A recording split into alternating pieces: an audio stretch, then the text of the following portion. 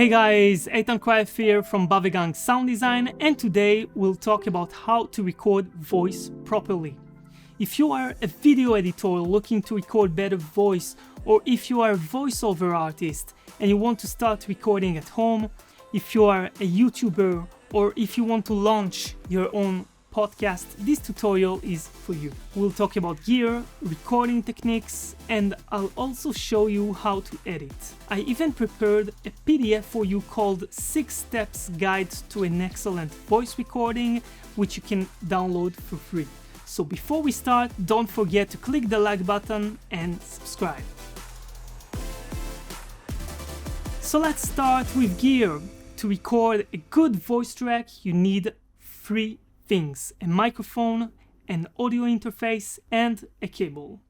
There are 2 major kinds of microphones: condenser and dynamic. Microphones need to be boosted with preamps in order for them to work.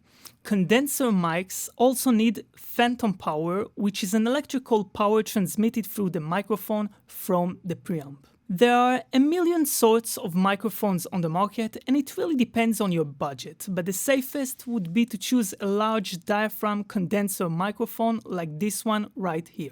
This is the Rode NT2A, which sounds great. Another great option is the Shure SM7B, which podcasters really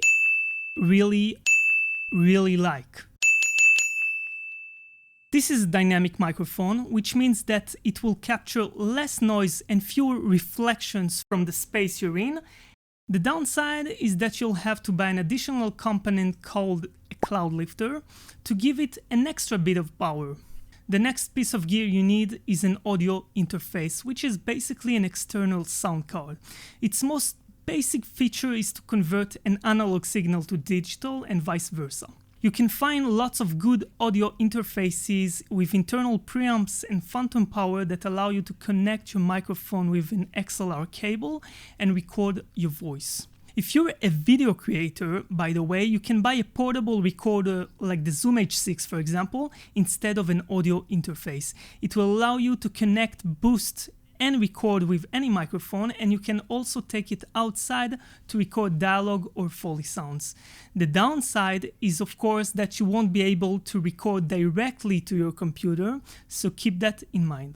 If you use a condenser, you do have to push the 48V button, which is the phantom power. Now let's talk about how to actually record. I'm in my vocal booth, but unless you're a professional sound designer or a musician, you probably won't record inside an acoustically treated room.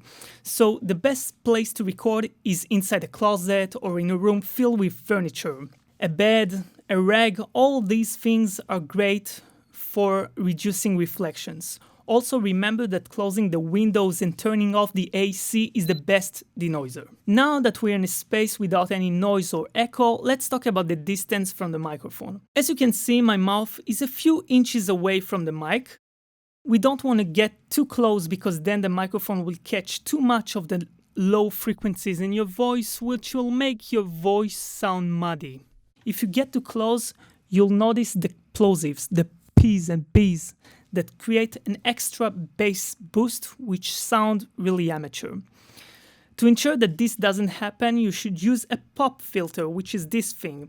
It filters the air from the plosives, and on the other end, you can't get too far from the microphone because then it will catch lots of room reflections, which can make your recording sound really bad. If it does happen to you, there are a few features that can help you reduce echo from your recordings. Check out our video on how to reduce echo with Premiere, Audition, and Isotope RX. The next common issue with voice recording is clipping, which is one of the worst things that can happen to you when recording. It sounds like that. Because imagining a better world. It's really terrible, and most of the time it's not restorable. It's also really easy to avoid, much easier than echo or noise. All you have to do is not boost the gain up too much on your audio interface. Set it to 50% and then make a test by speaking loud into your microphone. Just a little louder than usual, and listen to the recording. If you see it going red in the meter and hear it clipping, turn it down a little bit and repeat the test. If you see that the meter is relatively low on the other end and you have to boost the output volume all the way up to hear yourself, then it's too low. The last tip for this video is to use headphones. It will help you get a better perspective of how your recording will sound. With headphones, you can hear details that you wouldn't hear otherwise, like background noises, plosives, mouth clicks, and other things that will allow you to deal with the issues while recording instead of finding out that something went wrong later when playing back the recordings.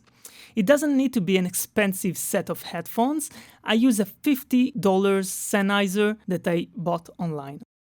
I also have a PDF for you called 6 Steps Guide to an Excellent Voice Recording.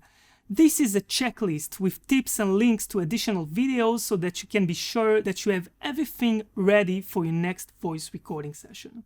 So be sure to click the link in the description. Okay, so that's it for today. In this video, we've covered 50% of what needs to be done to record voice correctly. The next step is editing, and this is so important. Editing can bring your voice from this, Because imagining a better world was so last season. to this. Because imagining a better world was so last season. In the following video, I'll talk about how to clean and polish your voice track manually and how to use EQ and compression to make your dialogue shine. So don't forget to subscribe. See you next time.